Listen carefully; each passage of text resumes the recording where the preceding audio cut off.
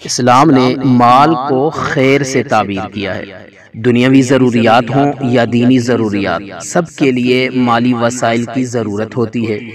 اس لیے جائز طریقوں سے مال حاصل کرنے کی نہ صرف اسلام نے تحسین کی ہے بلکہ اس کو ایک فریضہ قرار دیا ہے، اس لیے کہ فقر اور افلاس بندے کو بہت سے ناگوار اور ناجائز کاموں پر آمادہ کرتا ہے، یہاں تک کہ انسان کو کفر کرنے پر بھی مجبور کر دیتا ہے۔ صاحب مال ہونا بندے کو بہت سے اچھے کاموں کے قابل بنا دیتا ہے۔ حضرت سفیان ثوری رحمہ اللہ نے فرمایا، مال مومن کی ڈھال ہے، لیکن یہ شرط ہے کہ مال حلال اور جائز طریقوں سے حاصل کیا جائے،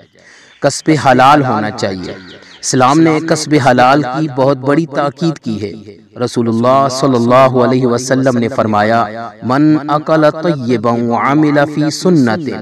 جس نے حلال کھایا اور سنت کے مطابق عمل کیا،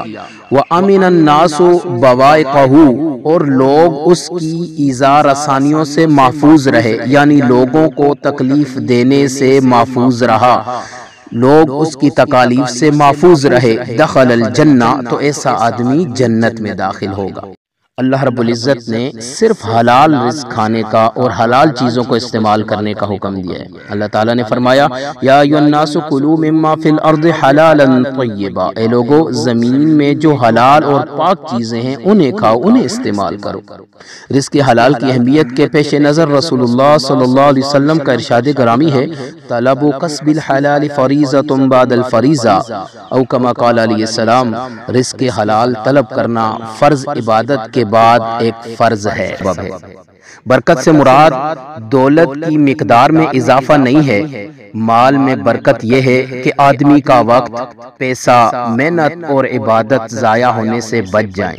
تھوڑے وقت میں زیادہ کام ہو جائے، تھوڑے پیسوں میں زیادہ ضروریات پوری ہو جائیں، تھوڑی محنت سے کامیابی حاصل ہو جائے،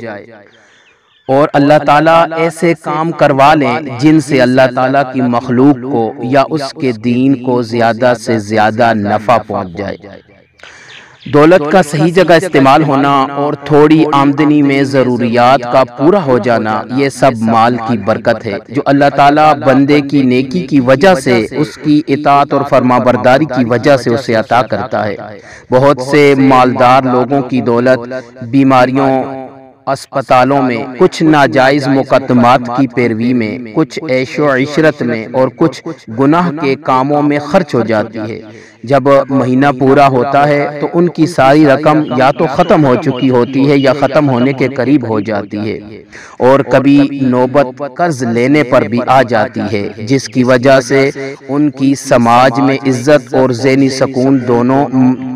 دونوں سے وہ محروم ہو جاتے ہیں۔